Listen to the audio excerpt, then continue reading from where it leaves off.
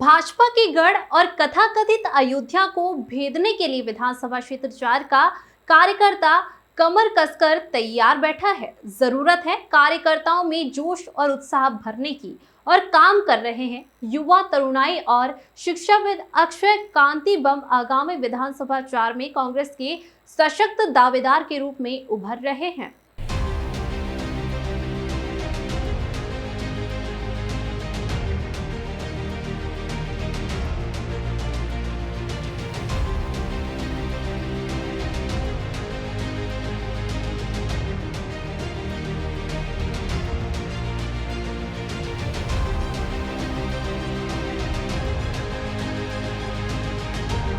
अक्षय कांति बम ने सोमवार को गोपुर चौराहा स्थित होटल मालाकार में क्षेत्र के बुनियादी एवं जमीनी कार्यकर्ताओं की महत्वपूर्ण बैठक आयोजित की, जिसमें कांग्रेस के बड़े नेताओं ने तो दूरी बनाकर रखी, लेकिन क्षेत्र के जाबाज बुनियादी एवं जमीनी कार्यकर्ताओं की उपस्थिति ने दर्शा दिया कि हमें जो मान सम्मान और तवज्जो देगा, हम उनके साथ कंधे से कंधा मिलाकर चलने को तत्पर है। अधिकांश वक्ताओं ने क्षेत्र को भाजपा का गढ़ और अयोध्या भी बताया, जबकि एक वक्ता ने कहा कि क्षेत्र को अयोध्या बनाने वालों ने ही इसे भ्रष्टाचार रूपी लंका बना दिया है। इस भ्रष्टाचारी रावण की लंका का ढहाने का वक्त आ गया है। आगामी नवंबर में होने वाले विधानसभा चुनाव में राम रूपी अक्षय बम को विधायक बनाकर भाजपा की लंका को ध्वस्त कर देंगे। संकल्प लेने का एक तो पहली बात एक छोटा सा सुझाव मैं देना चाहता हूँ कि बार बार अयोध्या का नाम मत लो आप। अयोध्या बहुत ही सम्मानित है हमारे लिए तीर्थ स्थल, और चंदाखोर और कुछ प्रकार के ऐसे असामाजिक तत्वों ने इस नाम को खराब कर दिया। आप बार बार इस नाम का उपयोग ही मत करो। हमारे काका यहाँ बैठे हैं, अंजू काका को देखकर जो अयोध्या बनाने का सपना देखा था कुछ तथाकथित चंदाखोरों ने, जो अब इस दुनिया में नहीं है, मुझे बोलना ही नहीं चाहिए, वो रास्ता बदल लेते थे हमारे काका को देख के। तो ऐसे लोगों का बार बार अपन जिक्र क्यों करें? हम बहुत मजबूत हैं, आप लोग बहुत मजबूत हैं। आप हमेशा कांग्रेस के प्रति इतनी ईमानदारी रखते हैं और इतनी संख्या देख के बहुत ही खुशी होती है। मैंने कई बार हमारे अक्षय भैया से बात हुई कि इतनी कठिन सीट आप क्यों चुन रहे हैं। मैंने तो बहुत बार इनको मना करा कि आपने इतनी कठिन सीट क्यों चुनी, तो इन्होंने बोला संभावना बहुत अच्छी है मुकेश भैया, और मैं चाहता हूं कि 4 नंबर में अपन सब जने मिलजुल के काम करें और कांग्रेस का परचम लहराएं है। तो हमारा भी ये कर्तव्य बनता है कि टिकट किसी को भी मिले, ये सब फैसला करेगा हमारे कमलनाथ जी, प्रदेश कांग्रेस के अध्यक्ष जी फैसला करेंगे, लेकिन संभावना बहुत अच्छी है। मैं आपको फिर बोलना चाहता हूँ, कांग्रेस की जीत होगी। हम पूरी ईमानदारी के साथ कांग्रेस पार्टी का काम करेंगे। धन्यवाद। आज रात को बहुत अच्छी नींद आने वाली है, क्योंकि नींद मुझे इसलिए अच्छी आने वाली है क्योंकि जब 3 महीने पहले मैंने काम चालू करा था तो कभी विचार भी नहीं करा था। जो कहते हैं कि 4 नंबर कमजोर है, वो गोपुर चौराहे पे, मलाकार पे, रूफटॉप पे आकर देखे 4 नंबर सबसे ज्यादा मजबूत है। 6 महीने पहले 9:30 पौने 10 बजे तक आदमी सिर्फ एक चिली पनीर पर बैठा हुआ है, बिना प्लेट की तरफ देखे 4 नंबर बहुत मजबूत है। 4 नंबर बहुत मजबूत है। दूसरी बात, बहुत सारी चीजें हो रही हैं, पर जो मैं फील करता हूं, नींद अच्छी इसलिए आएगी, इतने सारे लोग आए हैं। जब कल कॉल कर रहा था तो अंदाजा नहीं था कि कितना होगा। लोग आते गए, प्लेटें बढ़वाते गए, लोग आते गए, प्लेटें बढ़वाते गए। तो ये बहुत अच्छी बात है। लेकिन गिरीश भैया की जो एक बात थी, उससे थोड़ी बेचैनी भी हुई। गिरीश भैया ने बहुत अच्छी बात बोली, सारे जोनल का नंबर, एमपीपी वालों का नंबर, थानों का नंबर, क्योंकि मुझे मालूम है आज जो चेहरा देख के जाएगा, मेरा नंबर तो सबके पास है, मुझे अभी सबके नंबर लेना है और सबके काम कराना है। तो ये एक बड़ा दायित्व मेरे हाथ में भैया ने दिया और इसको मैं बखूबी निभाऊंगा, इससे मैं पीछे नहीं हटूंगा। तीसरी चीज, सबसे महत्वपूर्ण जो होता है किसी भी विधानसभा के लिए, वो होता है संपर्क। आपका संपर्क क्या है? अगर आपका संपर्क मजबूत है तो आप नेता बन सकते हो, आपका संपर्क मजबूत है तो आप सेवक बन सकते हो। अगर आपका संपर्क स्थापित हो गया तो अब क्या करना है? आज संपर्क बन गया, संपर्क के बाद बनेगा समन्वय। 70 का 70 से, 71 का 71 से, 72 का 72 से, 65 का 65 से और 66 का 66 से। अगर ये समन्वय बन गया तो कोई दिक्कत नहीं है। संपर्क से हमारा समन्वय और समन्वय से ही बनेगा समर्पण। अगर समर्पण लाना है तो हर आदमी को एक बात ये सोचना पड़ेगी, मेरा बूथ मेरा अभिमान, मेरा बूथ मेरा अभिमान। जो अपना बूथ जिता सकता है वही वहां का विधायक है, उस विधानसभा का विधायक है। जो अपने लोगों से संपर्क साध सकता है, उसमें समन्वय मिला सकता है, वही काम कर सकता है। एक योजना अभी कमलनाथ जी ने बहुत अच्छी, मैंने आदरणीय कमलनाथ जी से भी बात करी, उनके ऑफिस में भी बात करी और मैंने बात कही कि आज हमको महिलाओं को अगर 1500 रुपए की पेंशन की बात बतानी है, या हमको 500 रुपए की सिलेंडर की बात बतानी है, या 100 यूनिट फ्री की बात बतानी है, मेरा ऐसा मानना है कि अगर घर घर जाना है वो सेकेंड फेज में होना चाहिए।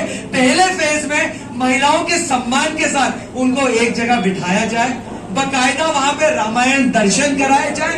एक फकीर जिंदा रख, जमीर जिंदा रख, अगर सुल्तान भी बन जाए तो दिल में एक फकीर जिंदा रख। अपने हौसले के तरकश में, अपने हौसले के तरकश में उम्मीद का एक तीर जिंदा रख, एक तीर जिंदा रख, एक तीर जिंदा रख। ये उम्मीद अगले 6 महीने तक जगाए रखना, ये उम्मीद ही हमको आगे विधानसभा तक लेके जाएगी।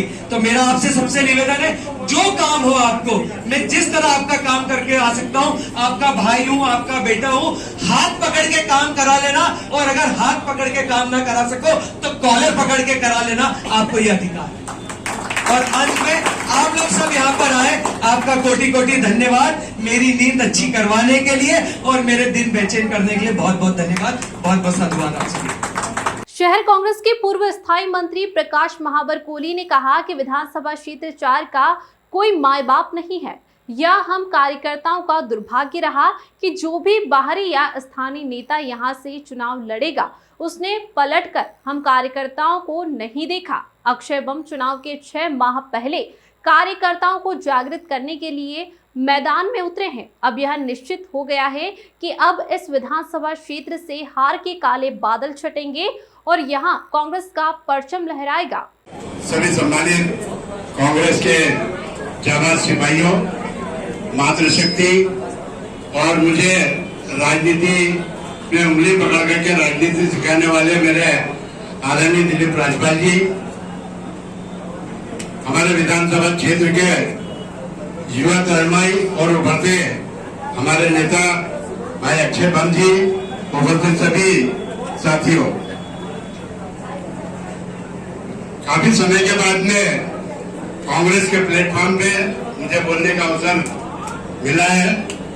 मैं यहाँ जो बात कहूँगा बहुत ही सटीक बात कहूँगा और कांग्रेस के हित की बात कहूँगा, कड़वी बात कहूँगा।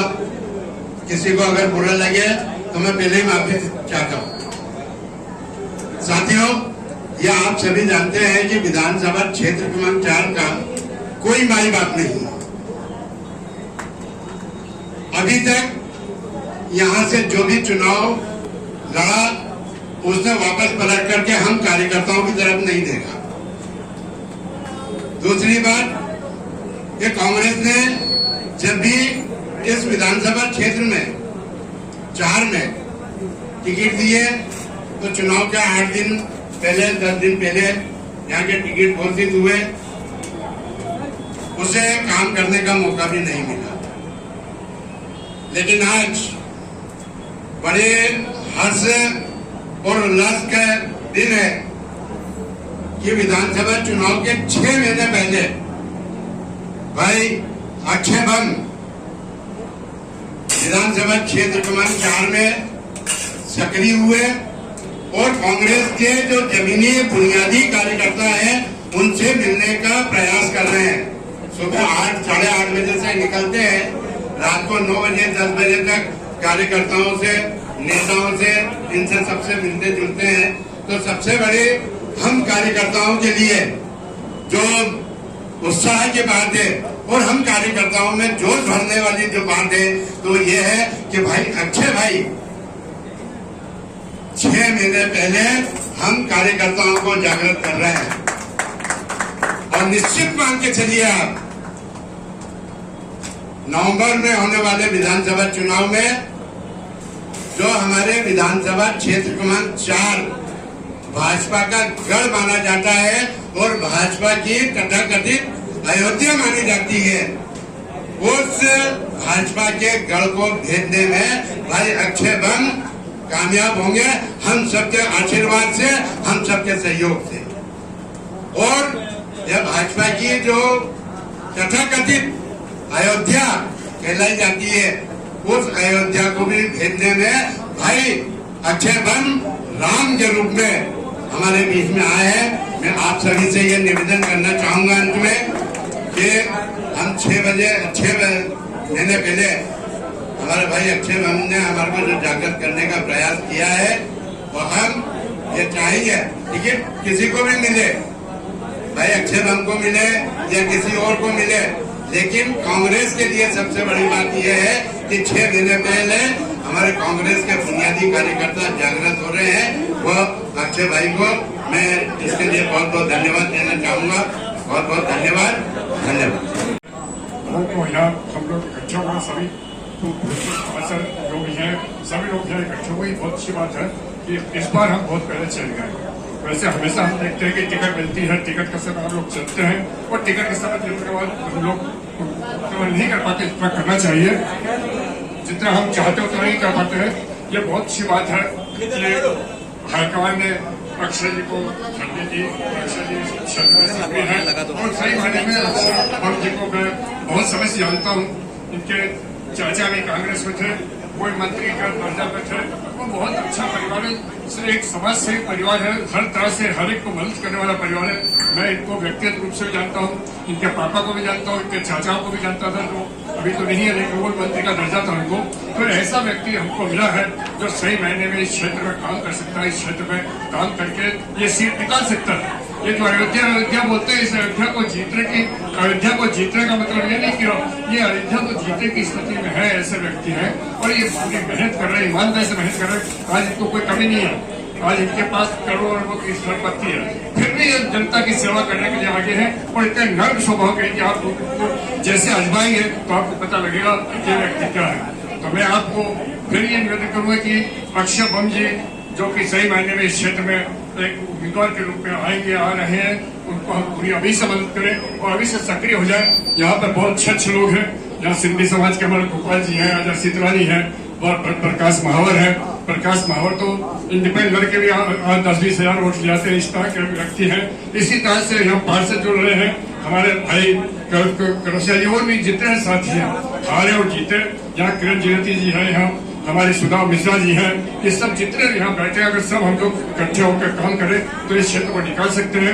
हमारे मुकेश ठाकुर बहुत सक्रिय, बहुत ही प्रहलाद है, सभी सक्रिय लोग यहाँ हैं और हम सभी सक्रिय लोग। इस अवसर पर मुख्य रूप से वरिष्ठ कांग्रेस नेता दिलीप राजपाल, मुकेश यादव, प्रकाश पटेल, सादिक खान, अजय सतलानी, गोपाल दरियानी, राजकुमार टांक, विवेक खंडेलवाल, जगदीश जाम्बेकर, श्याम पांडे, शकुंतला बड़े, अर्चना राठौर, सुधा मिश्रा, अजय जोशी, मुकेश सचदेव, रविकांत मिश्रा, दिलीप कुदर, तत्सम भट्ट, लखन पुरुषवानी आदि ने भी अपने विचार रखे। आभार मुकेश ठाकुर ने माना।